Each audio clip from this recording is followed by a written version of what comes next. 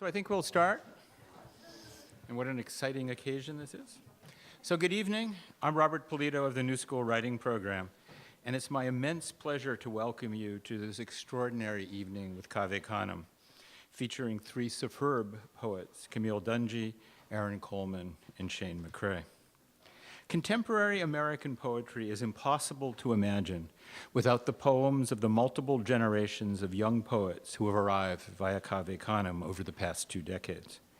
The Canem emphasis on craft and on creative legacy, and on poems that are as formally inventive, as aesthetically audacious as they are socially, culturally, and politically engaged, has transformed and continues to transform the art in decisive and powerful and irreversible ways. Tonight's introducer and moderator is Elizabeth Bryant, the resourceful and dynamic programs and communications coordinator at Canem. So please join me now in welcoming Elizabeth.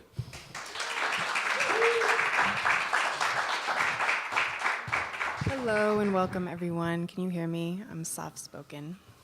So my name is Elizabeth Bryant. I am the Programs and Communications Coordinator at Canem Foundation.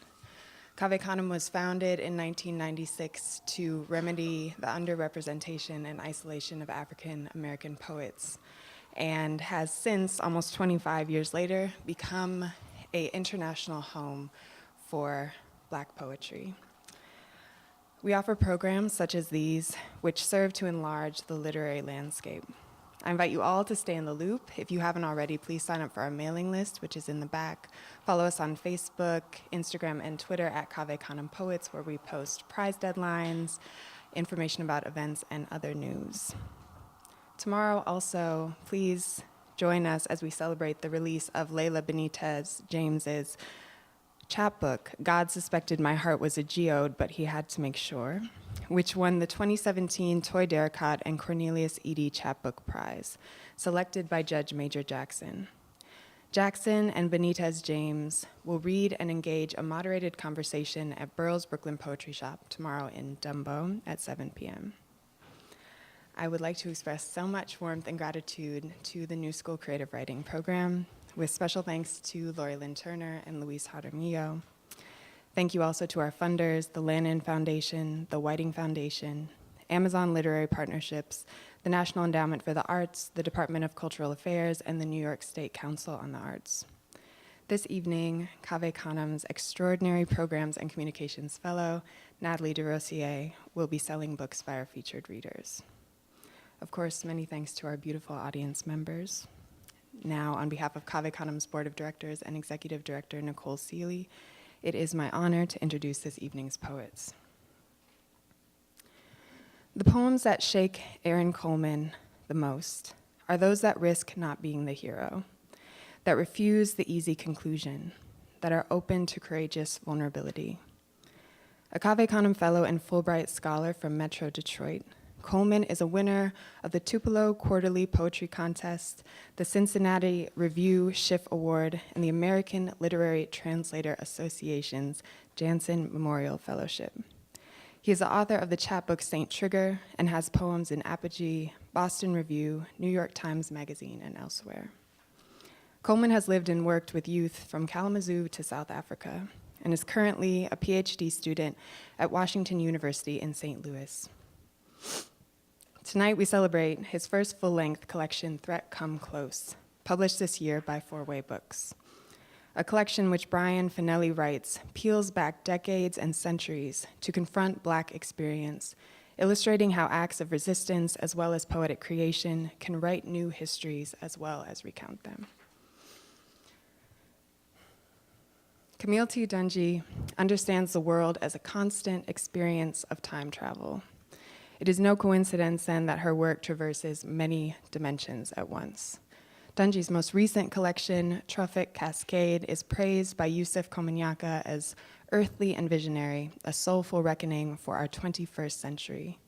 Each poem, he says, is a bridge in the music of a language that we believe and trust that heals. Dungy is the author of Guidebook to Relative Strangers, Smith Blue, Suck on the Marrow, and the Sonnet collection, What to Eat, What to Drink, and What to Leave for Poison. She's the editor of the anthology Black Nature, co-editor of From the Fishouse, and assistant editor of Gathering Ground, a reader celebrating Cave Canem's first decade.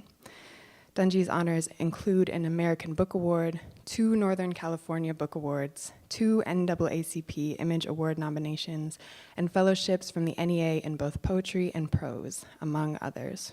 She's a professor in the English department at Colorado State University.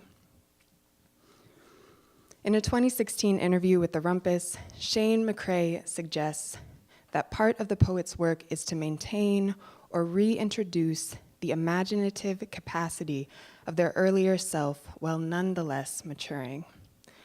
McCrae is the author of 5 books of poetry, including Mule, Blood, The Animal Too Big to Kill, and Forgiveness, Forgiveness. His most recent collection, In the Language of My Captor, was a finalist for the National Book Award and heralded as an astonishingly precise account of a complex emotional past. Author Garth Greenwell asserts that Shane McCrae is writing the most urgent, electric poems of his generation, a collection of love and rage, of vision and brilliant craft. In the Language of My Captor, he says, is the book America needs now. McCrae's honors include a Whiting Writers Award and a fellowship from the National Endowment for the Arts. McCrae grew up in Texas and California and was the first in his family to graduate from college, earning a BA at Linfield College, an MA at the University of Iowa, an MFA at the Iowa's Writers' Workshop, and then a JD at Harvard Law School. McCrae lives in New York City and teaches at Columbia University. Please join me in welcoming Erin Coleman.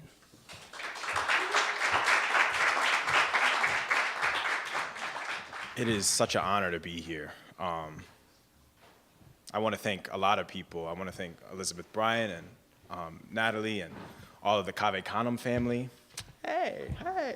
And people that I didn't expect that would be here, that are here. And I also want to thank the New School and Lori Turner, and I want to thank all of the invisible hands that made this happen, that I don't know their names of. And then I really want to thank Camille and Shane, because they're both poets that I've read for a long time and gain a lot from, and to be standing up here reading with y'all is really a distinct pleasure. And then I also want to shout out that Black Nature anthology, because that changed my life, so check that out in addition to their poems. I've got my phone out just because I want to be aware of the time. The first poem I'm going to read is called On Surrender.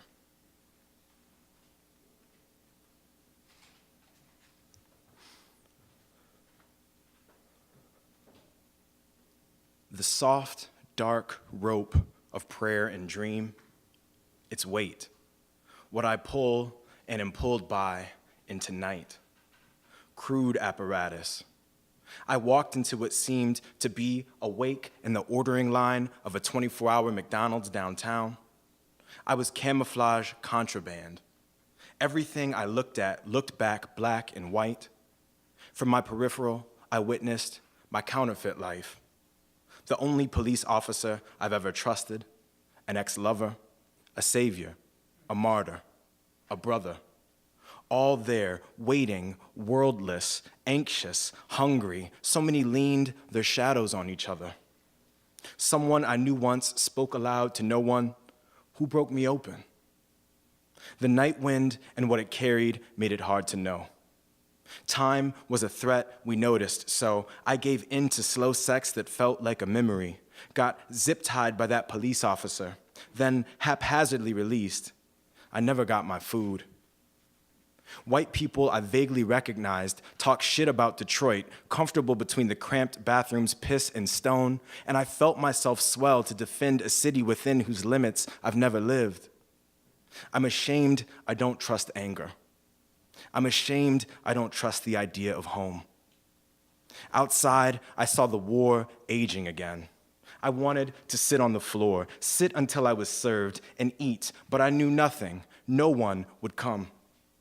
Until too late, our bodies couldn't grasp the incoming weary glory of the out-of-date military drones gunning at us until they were less than the height of an abandoned tenement above the ground tattered with violence, spitting up crumbles.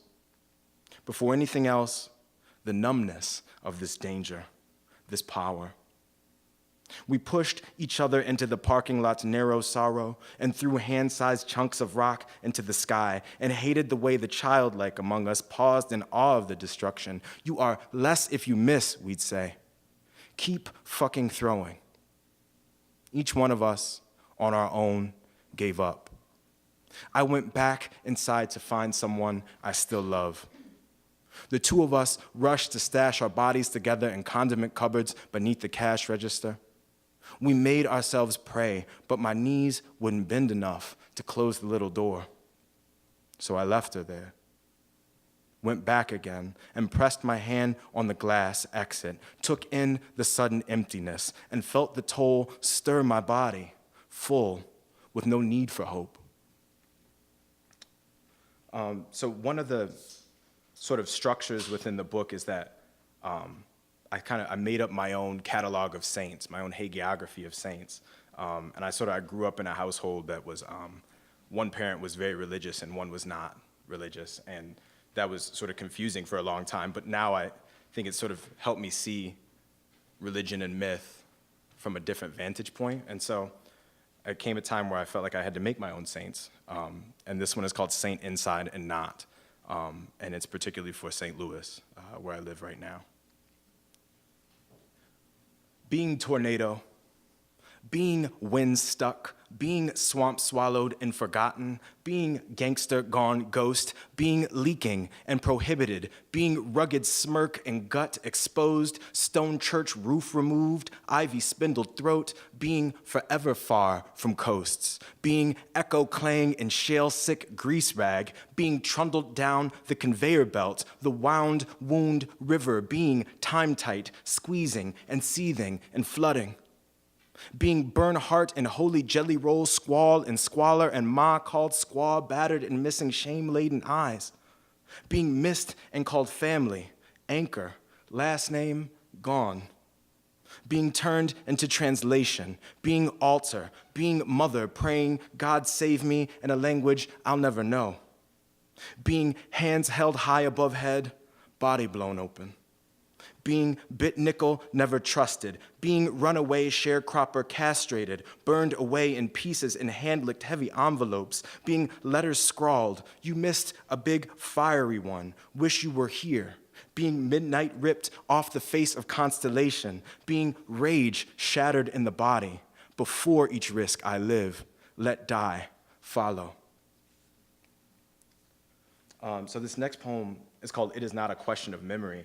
And it quotes James Baldwin's essay, Many Thousands Gone. And basically in that moment, he's, at least how I was reading it, he's kind of talking about how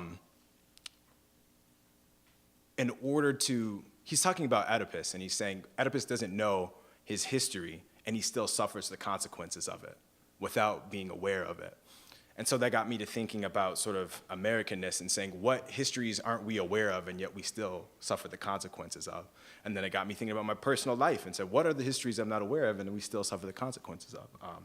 So this poem was born of that. It is not a question of memory.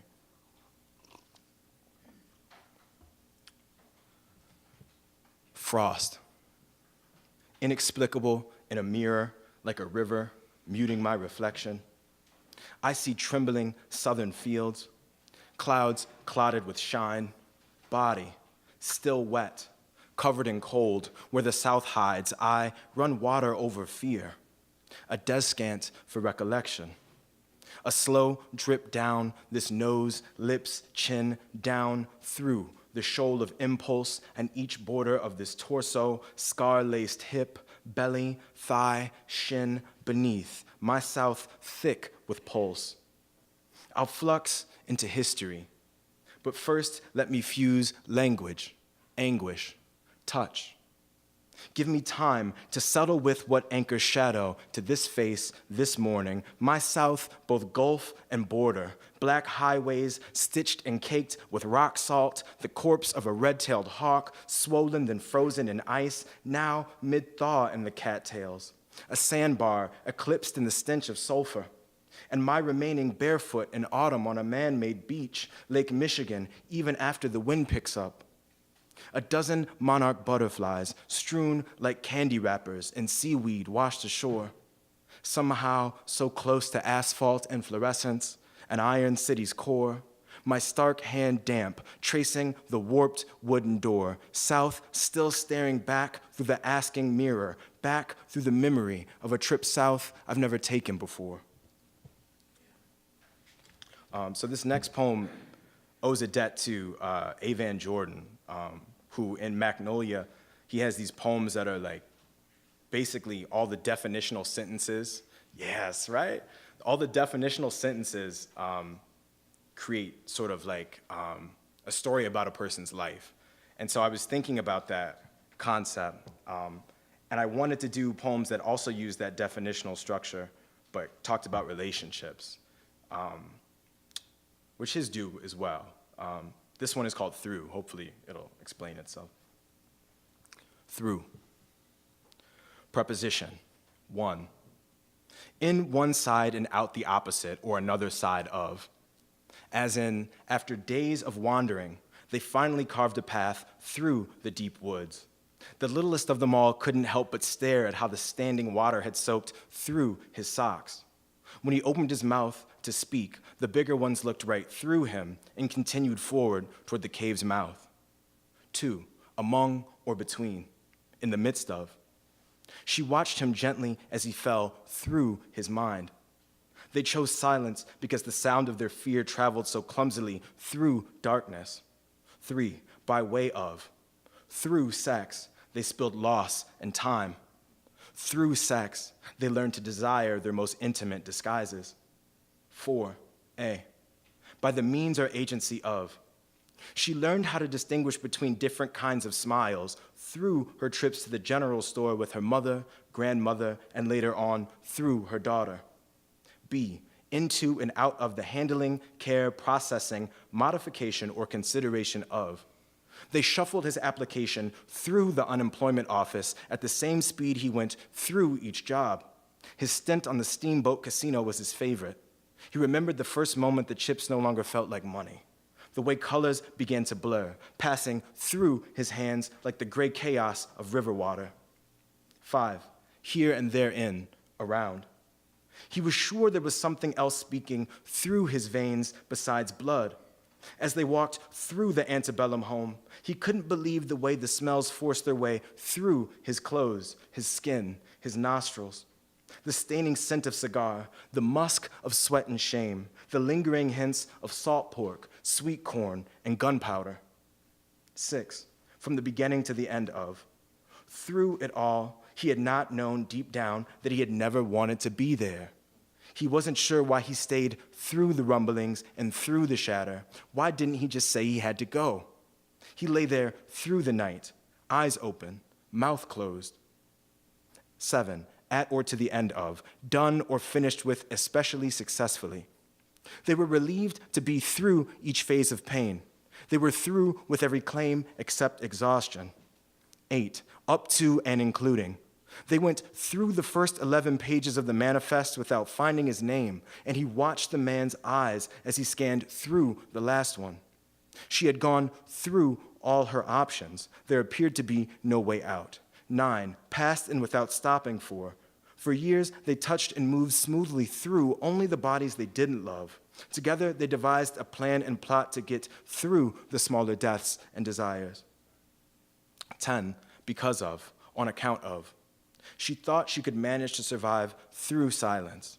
He was sure that he could survive long enough through some combination of his grip and his feet.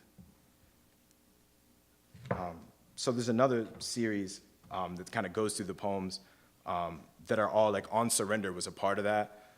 Another one is On Acquiescence. Another one is On Forgiveness. And I just was interested in what those words have to do with each other. So I'm going to read On Acquiescence.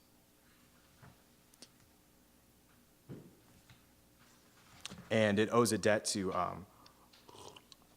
Emily Dickinson's poem of Bronze and Blaze, which some think kind of has something to do with the Civil War, obliquely. And then it also owes a debt to Friday, the movie. Right, you know, bring those intersections together, right? On Acquiescence. We were crossing town again. on the bus. Our point guard, who could never sit still or be stilled, said, "Playing with my money is like playing with my emotions," between his teeth. He leaned into the aisle, mimicking Big Worm's anger we'd watched on TV. My teammate and I shared more than the same name. All of us slapped seats with laughter, barely understanding, on the bus, crossing town in ties and slacks, heading to our JV game. After school, but before the match, I had wanted to say, "Don't play," to a girl I smiled with too much in her white-on-white volleyball knee-highs and skin. Down in the empty late after-school classroom, both of us too borderline, looking at each other as if lost in the angles of blinds and skin and dusk. I was never quite sure about her touch, metal-detecting fingertips, seeking shrapnel. We held something quiet. We crossed town, off the bus, chins up, another contest away, rarely smiling, undressing, and changing into uniform. I remembered her hands, put mine where she put hers on my body. A boy said, "And you know this, man." We laughed and talked shit when what we wanted to do was understand. I remember the fist of the boy with my name when he, hot-headed and light-skinned, cut across the court, breakneck toward the white man, hurling slurs from the front row of his home game. Fourth quarter, seeing a tall, blonde son, maybe his, knocked onto hardwood. The perennial black versus white school rivalry.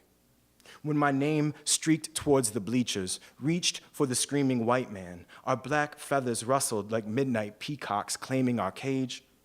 We were cross town. We were off the bus. We weren't safe. Not while playing away or sweat-soaked inside patent leather Jordans, toes clenched like talons, cursing with our bodies under the buzzer's horn, straining to empty what gets stuck in hands, weapons that clutch torsos and throats, hummed in muscle, flexed shut. Off at this distance, I hold less noise and more silence. But what if we are made of this violence? So I'm gonna read one, thank you, appreciate it, brother. I'm gonna read a poem called Saint Who, which is another one of the saints in that sort of catalog.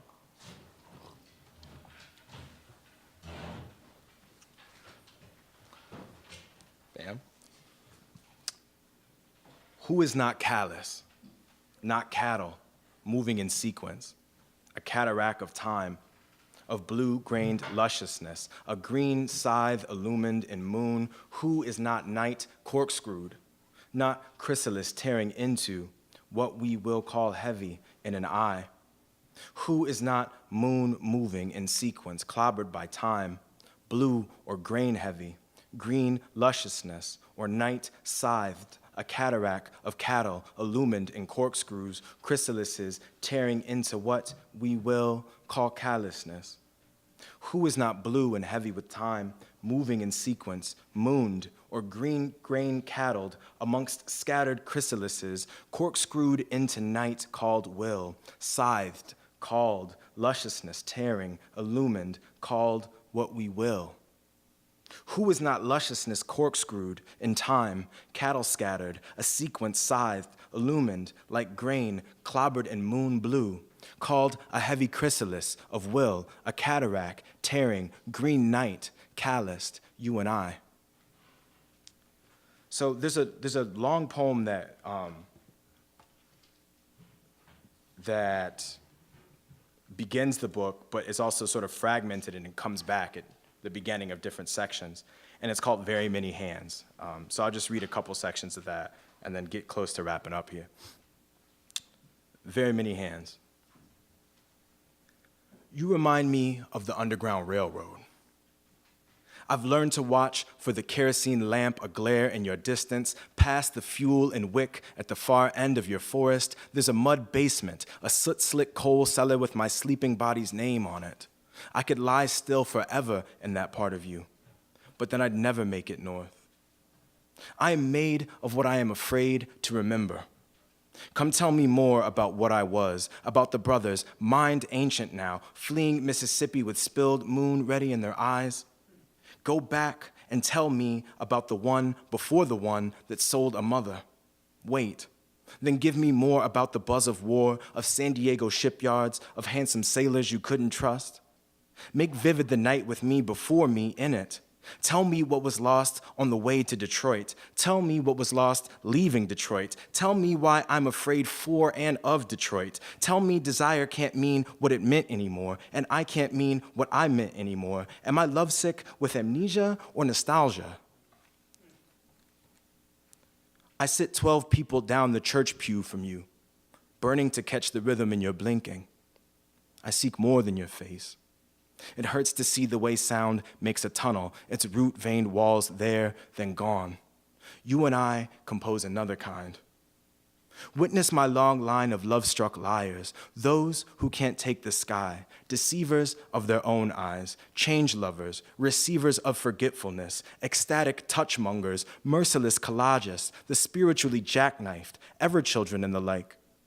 I am each of them, and heavy hands read on cold glass, holding why still blue water, and dull music, surrounded by bloom, fear-lit and forever fraught. This is a truth. Not quite closed eyes scrambling over nakedness elusive as hope, but barely hope. Love-struck, lying, I wonder about everything I'll find in this body and this body. I wonder what it knows. I wonder about yours.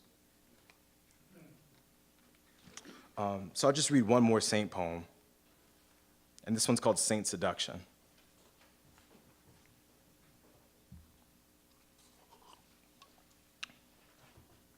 Or am I going to do that? Yeah, all right, I will.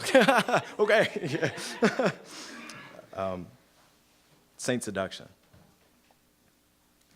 Eros eating my eyes, full mouth rosy, smile ever so slightly righteous, drooling. I do with my myths what they do with me. I do not believe. I choose to eat my way through dark bridges. I swallow idol gods, yours, whose. They dance, they sex, they hand, they look, they gut, whatever, whoever, all and only to distort the way I stilt and syncopate through time's violence. Distinguish me from night that lives inside you, the myth of me, the want to be, wanted, sacred, silent, magnetic, how so hollowed by light, maze of body, racked with pulse and touch, curve and arc and eye, again, quick, smile, the guilt of whom you aren't throbbing. I spy the wild bedrooms and bodies porous with instinct, smell, orgiastic loss, grasps, conspires, the ache of exploration, look at me through them and us, restless foot dangling off the curb, over the puddle, into the glance of the other. There, upside down, inside, you falling, up, rushing where, with whom, and why, ecstatic and hazed, delicious light, caught, lost, falling, loot, look through into, my face is not a door, my face is not a door, my face is not a door, my face, as if the truth were most important. And it I too seduce as easily as warm sea rising, higher by the hour. I do not believe in righteousness, such lonely power. So I'll just close with two more poems. Thank you. I wanted to read this long one. How much time am I doing? I won't read it. I'll save it for the next time. So I'll just close with two. This poem is called Viciousness and Ends, and then I'm going to read, well, actually, you know what? I'm just going to close with this one now, because I really actually am here for this reading. This poem is called Black Objector in the Soldier's Chapel, and I just wanted to read this one because it came out of a story that, my grandfather was a conscientious objector in the Korean War, and that family was from sort of rural Pennsylvania, the only black family in one town. And he got shipped down to Louisiana to be in the infirmary at the base there. And he told me this story about how he was praying in the chapel, and my family's Pentecostal, so hardcore, and people are, praying in tongues. And he was praying in the chapel, and a woman came up to him and said, "We don't pray like that down here." And that phrase just kind of like rattled something open in me. So I'll close with this poem, and thank you guys for listening too. Black objector in the Soldiers' Chapel, Louisiana, 1951. Young and coveted and given tacit dominion, her words forced more distance, barely touched him. He was kneeling, rising now. She said, "We don't pray like that down here." Eyes learn how to know, half-lit, contemptuous as night bloomed like a bruise beyond wrong clouds. Teach one man his difference. Teach one woman disdain for her desire. Sunk in sin, sanctified, I am my imagination. Familiar with a phantom limb that reaches out to try to clinch a nameless weight we press into a place that haunts like recollection, resurrection, forbidden, unforgotten skeins of syllables took shape and sprang from his hard mouth, and thousands of miles and hours that begat days, that begat this, my body, a deafening clock made opaque, tragic as being a consequence. What else? He said, "The way she shamed my God, I knew I was far from, I wasn't anywhere close to home anymore." Thank you. I am so happy to be here. I'm grateful to Nicole and Elizabeth and Natalie and all of the CC family, which is giant. It's giant, right? It sort of blows my mind sometimes when I think about when I helped to edit that anthology back in 2006, and we were already at a decade, and it was like, this is enormous community, and we're in decade 3 now, right? I mean, like, that's quite a thing to think about, the sort of longevity and potency of this community. And it couldn't happen without the hard work of all those invisible hands that Erin mentioned. So gratitude for that and for being here. Erin, thank you for that reading. It was great. You know, hearing poems out loud, it's a thing. I've read that book in my little corner, and I felt things, but I felt different things just now. So thank you for that. And Shane and I, we go back to being baby children together. Our first books had just come out. We had this co-reading at Iowa, and it was maybe one of my top 5 most fun readings ever. We decided to go back and forth. Like, he'd read a poem and I'd read a poem, and then we get like stuck on a collaborative rut, and then one of the other of us would have to like push out into another direction, which we could do. And it was like a challenging, rewarding community reading. And so I've always remembered that. And I feel like each of your new books come out, and I still have that kinship when I read them. So thank you for that. All right. Start at the start, right? Natural history. The rufous hummingbird builds her nest of moss and spider webs and lichen. I held one once, smaller than my palm, but sturdy. I would have told Mrs. Jeffers from Court Street if in those days of constant flights between California and Virginia, I'd wandered into that Oakland museum. Any chance I could, I'd leave my rented house in Lynchburg. I hated the feeling of stuckness that old city's humidity implied. "You need to stop running away so much," Mrs. Jeffers would say, when my visits were over and I leaned down to hug her. Why her words come to me, the woman dead for the better part of this new century, while I think of that nest of web and lichen, I cannot rightly say. She had once known my mother's parents, the whole lot of them, even then, in their 20s, must already have been as old as God. They were Black. The kind name for them in those days would have been Negroes. And the daily elections called for between their safety and their sanity must have torn even the strongest of them down. Mr. Jeffers had been a laborer, the sort I regret I don't remember. He sat on their front porch all day near his oxygen tank, waving occasionally to passing Buicks and Fords, praising the black walnut that shaded their yard. She would leave the porch sometimes to prepare their meals. I still have her yeast roll recipe, the best I've ever tried. Mostly, though, the same Virginian breeze that encouraged Thomas Jefferson's tomatoes passed warmly through their porch eaves while we listened to the swing chains, and no one talked or moved too much at all. Little had changed in that house since 1952.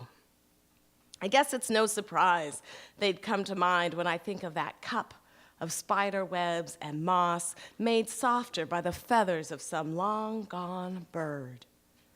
She used to say, "I like it, right here, where I am, in my little house, here, with him." I thought her small-minded. In the winter, I didn't visit very often. Their house was closed up and overheated.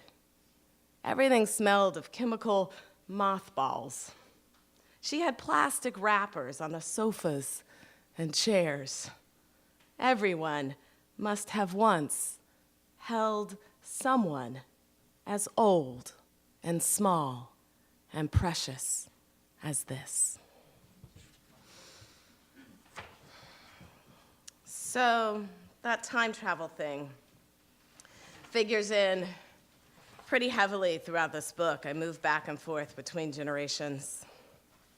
This next poem takes its title from maybe one of the first poems I ever memorized. It's a little poem that will help you memorize the first 4 books of the Bible. Matthew, Mark, Luke, and John, the 4 posts my bed rest on, 1 to watch and 1 to pray, and 2 to bear my soul away. 1 to watch and 1 to pray. We passed the baby over the bed, and later we passed tissue and her Bible with its onion-skin pages, its highlighted lessons and dog-eared parables she kept handy with bookmarks whose tassels hung and swayed as her hair might have done when she was very sweet and very young. And when we had finished what reading we would read, we stopped a little while to register the pleasant song the woman on the stereo was singing. And then the baby cried for milk. And so we passed her back across the bed, which is when someone asked if there was any more water. And we passed the water over her lips with the swab the nurses gave us just for this. A square pink bubblegum lollipop-looking deal, like the treats she used to give us when we were very sweet and very young. And someone came with roses. And though we smelled the flowers because we hoped for something better than the smell that lingered all around us, hothouse flowers look alive long after their lively smells have faded. So when someone came in with cards, we passed the cards and flowers over the bed and stood them up with the other cards and flowers on the little stand of white plastic and chrome that passed for a bedside table in that place. And when a friend came in who hadn't met the baby, we passed the baby over the bed, and the friend said, "She's so sweet." And when a cousin came who knew things few of us knew, we listened to stories from when both of them were very young. And when someone cried, we passed the tissue over the bed. And when someone said, "She's so small now," we remembered the pink square bubblegum lollipop swab. And when the nurse said, "You can tell by how she breathes," someone got the Bible from the little chrome and plastic stand. And when someone said, "It's okay to leave," we didn't want to do a thing. And though several days later, Someone told me people somewhere in West Africa pass a baby over the bed of a dying person to say there will always be new bodies to celebrate and mourn. That night, we only knew the baby needed a change, and someone had to take her. And so we passed the baby over the bed and decided who would stay to watch her go. Thank you.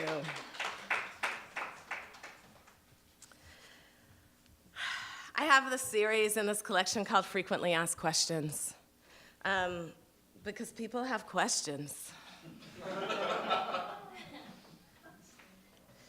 I mean, I say sometimes that like it's because I like was a mother of a certain age and people were used to me not being a mother and they had questions. But you know, people just have questions, don't they? Doesn't matter.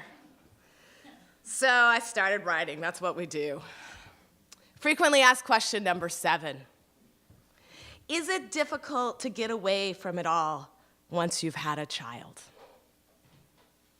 I am swaying in the galley, working to appease this infant who is not fussing, but will be fussing if I don't move, when a black steward enters the cramped space at the back of the plane.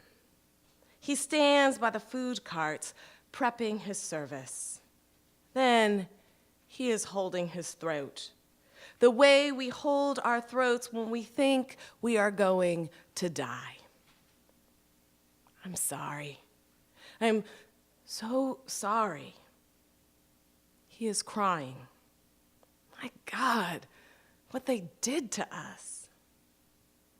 I am swaying, lest my brown baby girl make a nuisance of herself, and the steward is crying honest man tears. Seeing you holding your daughter like that, for the first time, I understand what they did to us. All those women sold away from their babies, he whispers. I am at a loss now. Perhaps I could fabricate an image to represent this agony, but the steward has walked into the galley of history. There is nothing figurative about us.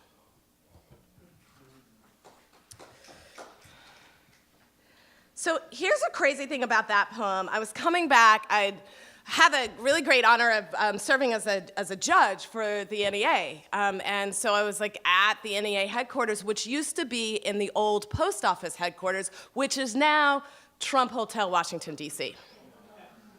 And so now every time I read that poem, I have this like memory of taking, she was 4 months old, my little baby girl to the space that now has been overtaken with this other kind of energy. And so the layering that my poem does sits with me in a different way.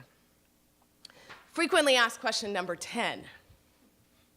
Do you see current events differently because you were raised by a black father and are married to a black man?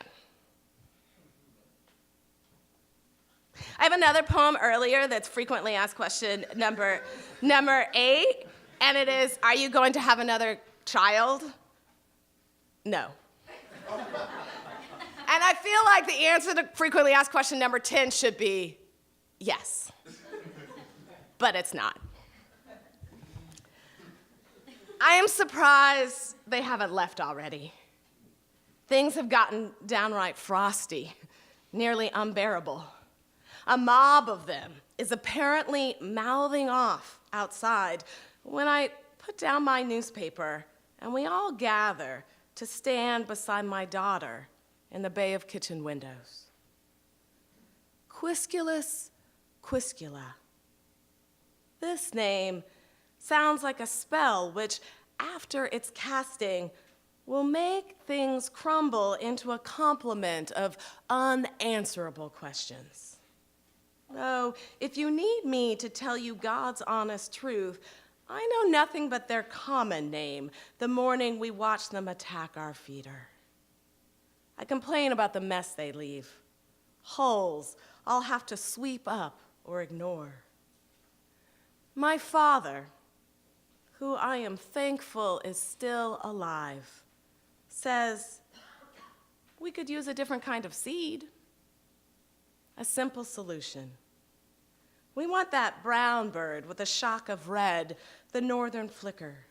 We want western bluebirds, more of the skittish finches, but mostly we get grackle, grackle, grackle all day long.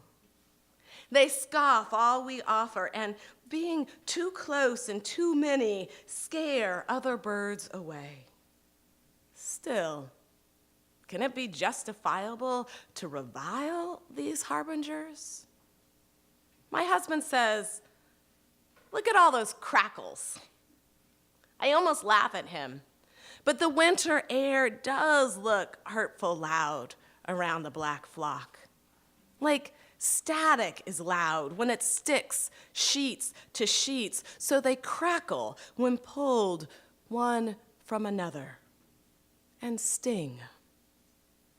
My father, who is older now than his older brothers will ever be, promises he will solve the problem of the grackles and leaves the window to search for his keys. The dawn sky, blue, breaking into blackness, is what I see feathering their bodies. The fence is gray, the feeder is gray, the aspen bark. Gray hulls litter the ground. But the grackles, their passerine claws, 3 facing forward, 1 turned back around the roost bar of the feeder, are so bright within their blackness, I pray they will stay.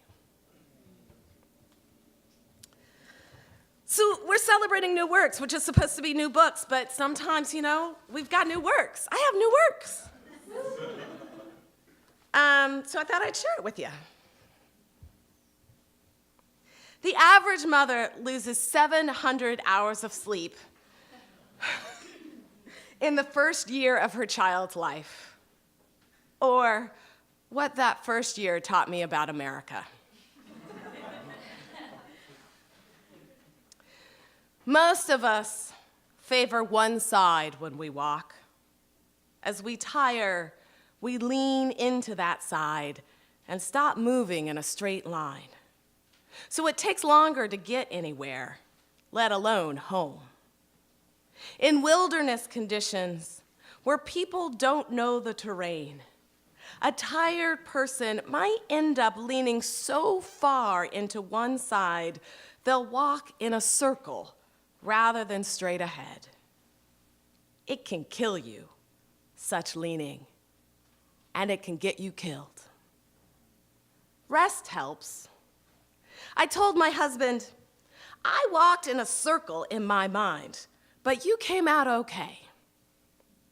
Initially, he asked me to clarify, but then he let it go. Who wrote the first, "If you lived here, you'd be home by now" sign? It seems I'm gonna have to move. I am so sick and also tired of helping other people in lieu of helping myself. Rest now. It's really not that bad. We're in the home stretch. That's the mind of a parent. Relentless optimism in the face of sheer panic and exhaustion. I'm going to read 2 more poems. I feel like I should read you the title poem of Trophic Cascade, partly because our wonderful social media guru posted it on the Insta, so thank you for that. Trophic Cascade. After the reintroduction of gray wolves to Yellowstone, and as anticipated, their culling of deer. Trees grew beyond the deer stunt of the mid-century. In their upreach, songbirds nested, who scattered seed for underbrush. And in that cover warrened snowshoe hare. Weasel and water shrew returned, also vole. And came soon hawk and falcon, bald eagle, kestrel, and with them hawk shadow, falcon shadow. Eagle shade and kestrel shade haunted newly buried runnels where mule deer no longer rummaged, cautious as they were now of being surprised by wolves. Berries brought bear, while undergrowth and willows growing now right down to the river brought beavers, who dam.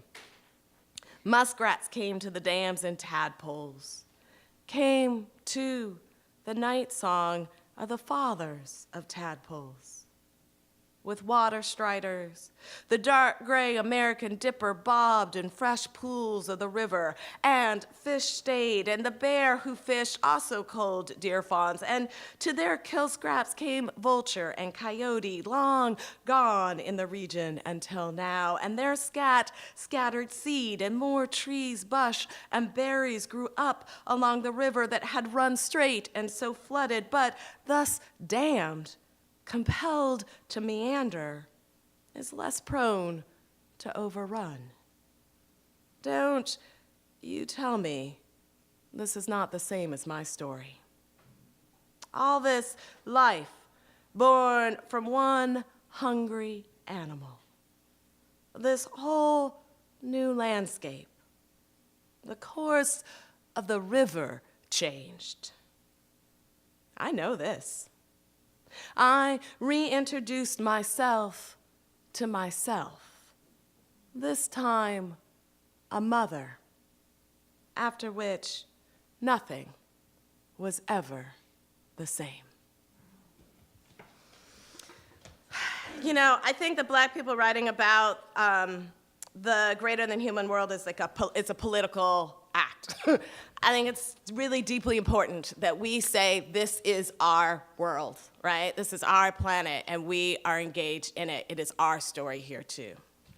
That being said, I know sometimes when this like Western girl comes to New York and gets all nature poem-y, people are like, whatever. So I'm gonna close out with a poem I wrote on the F train, where there's all kinds of nature, just like scurrying around on the tracks, eating shit. Commute. He remembers the harp in his pocket and the tune to a time-winding blues. Baby, I'm tied to you forever. I'm tied to you forever. I can't quit you, baby. I can't even put you down. This tunnel looks like love, gone hurtling into darkness. Across the track, a couple nods, appreciating something they can't put their fingers on. He tucks the harp back in his pocket, thinks to smile at her. It's all quiet for a while, but the wind, and then their train. Thank you.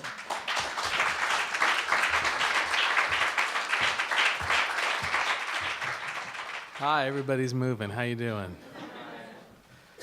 I am super glad to be here. I am grateful, incredibly grateful to everyone who made this happen, especially Elizabeth and Natalie, and I am super grateful to Erin and Camille for reading with me.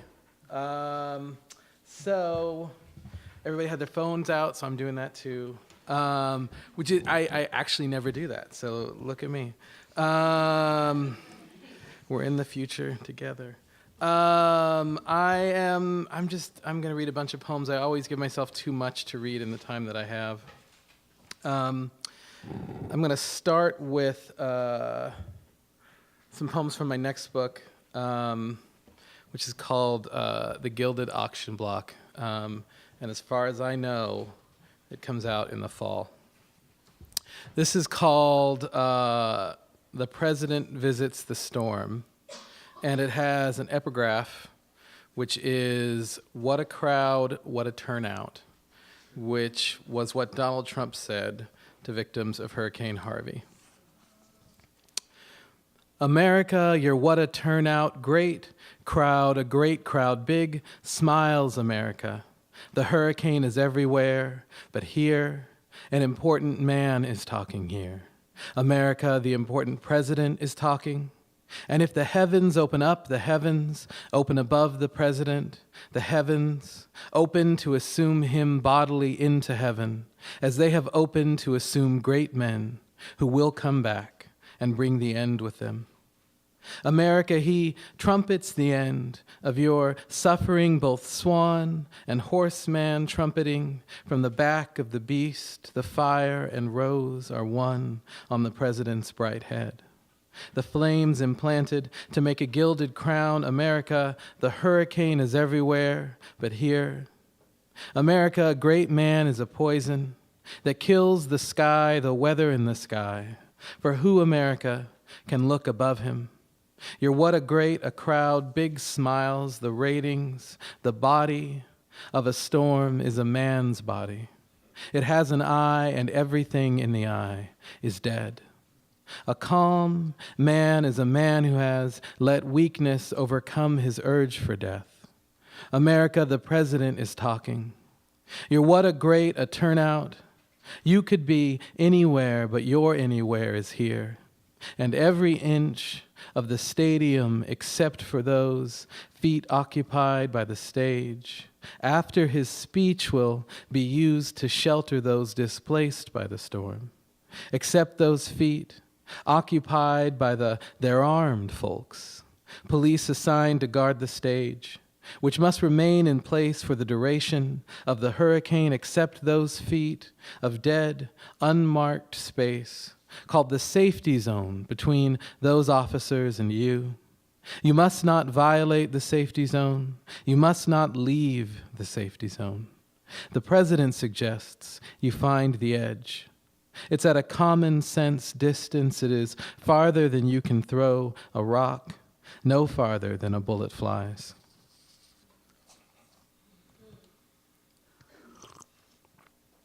This is called Everything I Know About Blackness I Learned from Donald Trump. The epigraph is, Frederick Douglass is an example of somebody who's done an amazing job and is being recognized more and more, I notice. That's Donald Trump. America, I was driving when I heard you had died. I swerved into a ditch and wept. In the dream, I dreamed unconscious in the ditch. America, I dreamed you climbed from the ditch. You must believe your body is in any body, and stood beside the ditch for 8 years thinking. Except you didn't stand, you right away lay down on your pale belly and tried to claw your way back to the ditch. You right away began to wail and weep and gnash your teeth. My tears met yours in the ditch. America, they carry me downstream, a slave on the run from you, an Egyptian queen, and even in my dreams, I'm in your dreams. This is called Black Joe Arpaio. America, you wouldn't pardon me, even if I was sorry, even if I had worked so hard and truly to keep the Mexicans on the other side of the river. Even if I had myself built turrets on a wall I built myself, complete with searchlights and machine guns, white men chewing toothpicks as they scanned the brown horizon. Either through binoculars or aviator sunglasses, the only sign of the expressions on their faces would be their teeth. You wouldn't pardon me even if I had locked every freeway down, and every highway, every street and road, and back road, every drive down, with police check points, even if I had made sure each cop wore his no women aviator sunglasses and mustache as he swept his flashlight first across your back seat, then across your feet, then shone it in your eyes and asked for papers. If I had brought to life that secret dream you at your bedside pray each night to have, even then you wouldn't pardon me. I know whoever makes your dream suffers your dream.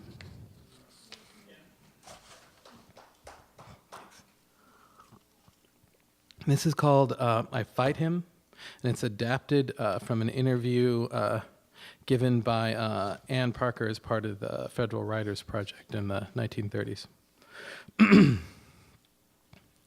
I fell and broke my arm some time ago, 'cause my right side am dead.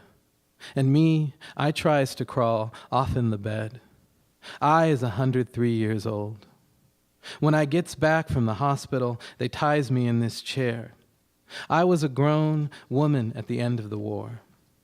The boy who helps me up and down, he wasn't raised like me, he don't got the same manners, but we old ones know we still has got to be polite to you white ladies. Daughter, did I tell you, my mammy Johnny was a queen in Africa, and I ain't had no daddy, 'cause queens don't marry, yes, she was a queen. And when she told them at the farm, they bowed. She told them not to tell the master, and they didn't tell.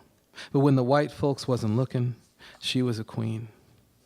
The boy who ties and unties the rope, he says it don't matter who my mammy was, now that we's free. He fusses and I fight him, and he says a queen don't act that way. Daughter, you make sure you tell him, 'cause he don't know, and you don't know. A queen won't die a slave.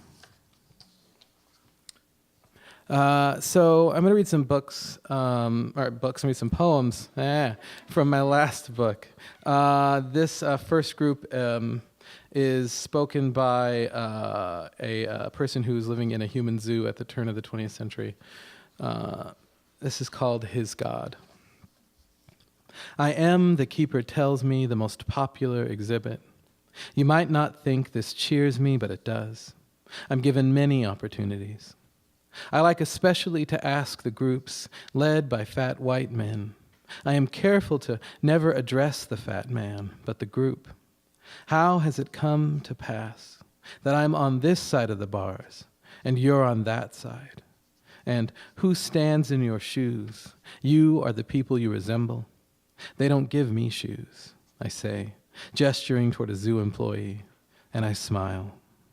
Often the people do not answer me. Often the fat man squints and says, it really makes you think. Something like that, or there but for the grace of God. I tell the keeper they must be the daughters and the sons of nearer gods. I tell him my gods had to stay behind to watch my people. He likes it when I talk like that. The truth is I don't know. The keeper, when he's drunk, sometimes he says I'm lucky to have been rescued from my gods. And I should thank the man who bought me. I used to laugh at him, but now I grieve. I think his God is not a God like mine. His God is not a mother, not a father, not a hunter, not a farmer. His God is a stranger from no country he has seen. Make sure I know where I'm at. All right. This is called Panopticon. The keeper put me in the cage with the monkeys because I asked to be put in the cage with the monkeys. Most of the papers say the monkeys must remind me of my family.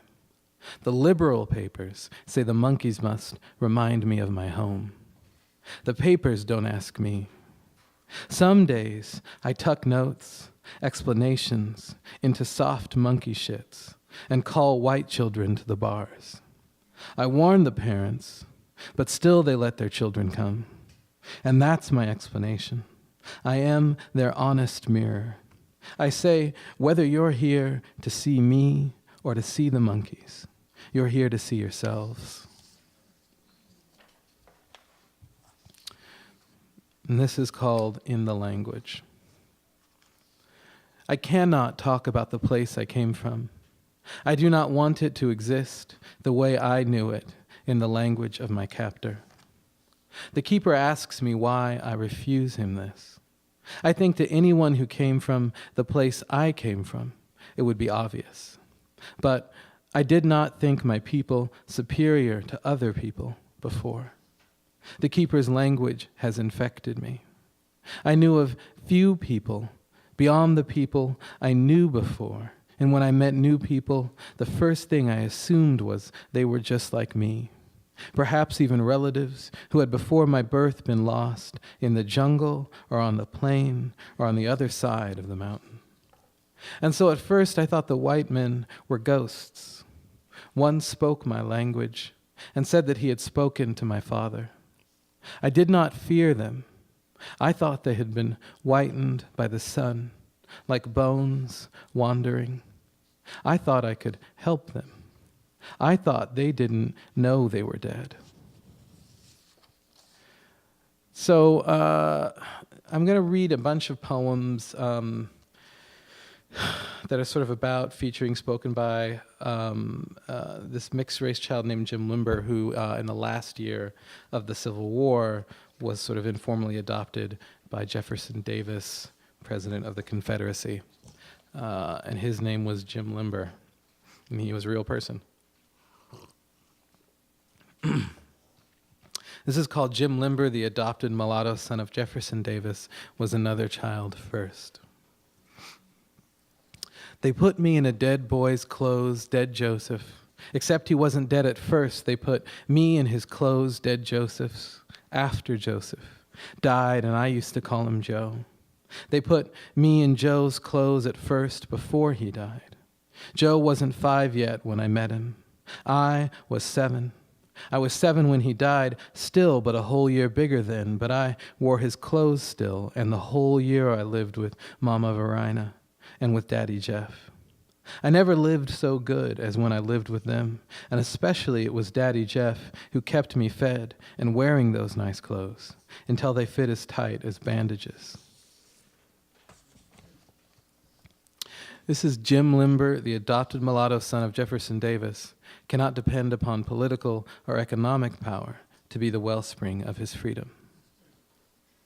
I ask myself what man would Daddy Jeff be if he weren't the president. I ask myself because I do not know myself, and I can't ask anyone else. I think he would be president of something smaller than America, like Richmond or even just the House. I reckon even then all the Negroes in the county would admire him, and he would be president of the Negroes. I would vote for him. Sometimes he lets me vote, and he says vote as Joe, if he could vote, would vote.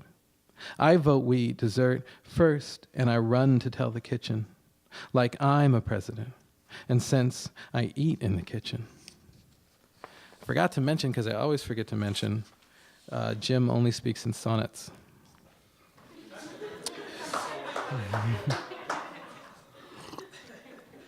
I was real strict about him, although I tried to write him in a way that you wouldn't know. But, you know, I did Spenserian ones and Petrarchan ones and Elizabethan ones. I got them all in here. This is Jim Limber, the adopted mulatto son of Jefferson Davis, considers his place in history. I'm always reminded when I get to this poem because there's a rhyme that I think people can actually hear in it. Usually I'd try to hide him. Mostly I hear him, Daddy Jeff, before I see him. He talks to himself real loud when he walks. I hear him mostly anywhere, in the house, even when I'm in the yard, and Mama Verina, as a gentleman, announces his presence with his demeanor. I don't know what that means. I think it means she wants him just to hush sometimes. I seen her crying and slap him once, and the next day, the Yankees marched on Petersburg, and that was yesterday. Today, He pulls me aside, and he says he don't know where they'll take me. That scared me good, but he just floats off, talking, just like a ghost, just like I ain't his ghost. So, as I said, I've got another book coming out in the fall, but I'm working on the one after that now for some reason. In the book that comes out in the fall, there's this big long poem, this long narrative poem called The Hell Poem. And in the language of my captor, there's this long prose memoir thing called Purgatory. And it didn't occur to me that I had written a Purgatory and I'd written a thing called Hell until really recently. And so I thought I probably need to write a book about heaven. And so the next book after the one that comes out in the fall, assuming somebody publishes it, will be all about heaven. And it turns out that Jim Limber came back for it. And so these last poems are all Jim Limber. The thing about Jim Limber is nobody knows really what happened to him. Some people think that he went to the North and lived out his life there. Some people think that the Union soldiers who separated him from the Davises then sort of immediately drowned him in a river. It's really unclear. And so I thought it would be fun, maybe fun's not the right word. I thought it would be a thing to do to make a sonnet sequence that had no sequence, so that, because there's no certainty with regard to what happened to Jim Limber, although the sonnets are all spoken by the same person, anything could have happened. And so they aren't all necessarily telling a linear story, or even, like if you think of multiple universe theory, they're not all even happening in the same universe. The sequence assumes that everything happened to Jim Limber. And so it's a sequence, but there cannot be a sequence because it's the same speaker, but it's the same speaker having lived many different lives, sort of. I mean, he dies at the end of every one. So this is called Jim Limber Tells the Truth About His Fate. Nobody knows, I know, what happened to me after I was taken from the Davises. Some think the Yankee soldiers who took me, I fought 'em hard, took me away.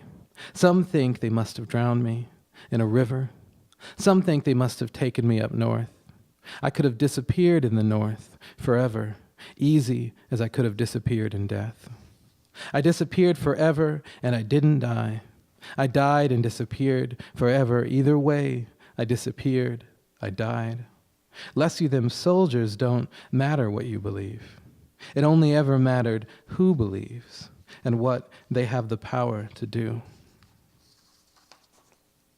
He still speaks in sonnets, by the way. This is Jim Limber's Home is No Earthly Home.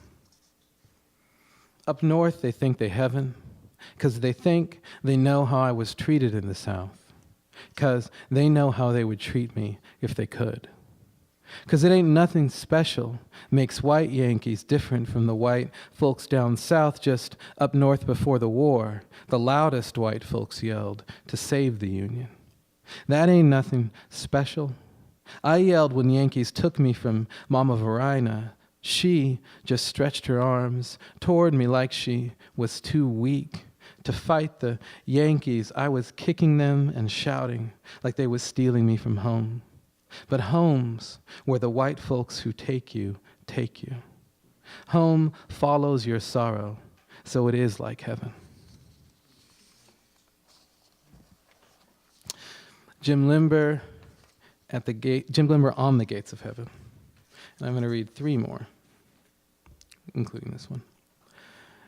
The gates ain't gates, it's dreams, but memories like dreams. The gates of heaven, memories, good memories, and good memories with bad parts, but the bad parts have been cleared away. And in the spaces where the bad parts were, it's nothing there but light, white light, but also orange light and green light too. Light falling, a blue waterfall, but also there ain't nothing there. The spaces where the bad parts were, they're the spaces in between the bars, the good parts of the bars. No Negro gets to heaven through the good parts. They prettify your cell. Freedom is on the other side of the bad parts, and you pass between the bars. This is Jim Limber in Heaven writes his name in water. You walk through heaven anywhere to anywhere on that soft green grass, or nowhere, it don't matter, anywhere you walk a bright and cool, and it's about a foot-wide stream of the cleanest water anywhere. With each step you take parts the grass beside you. On your left side, if you're left-handed, and on your right side otherwise.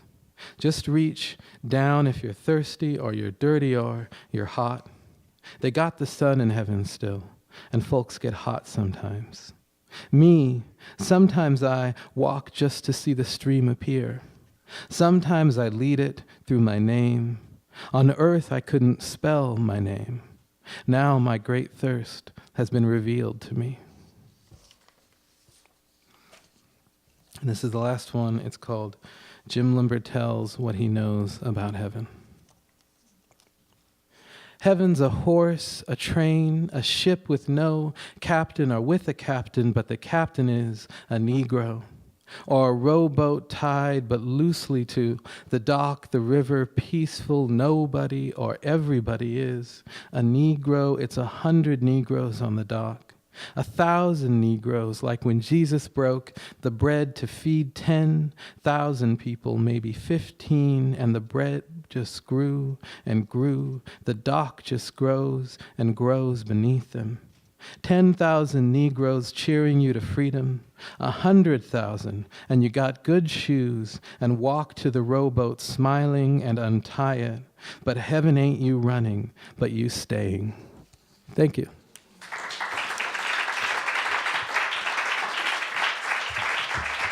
Thank you so much. Please, one more round of applause for Erin Coleman, Neil Dungy, and Shane McCrae.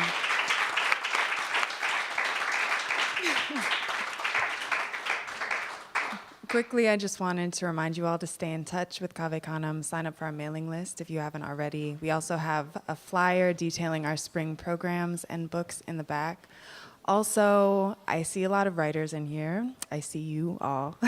Please talk to our poets this evening and amongst each other. Thank you so much for coming. Thank you.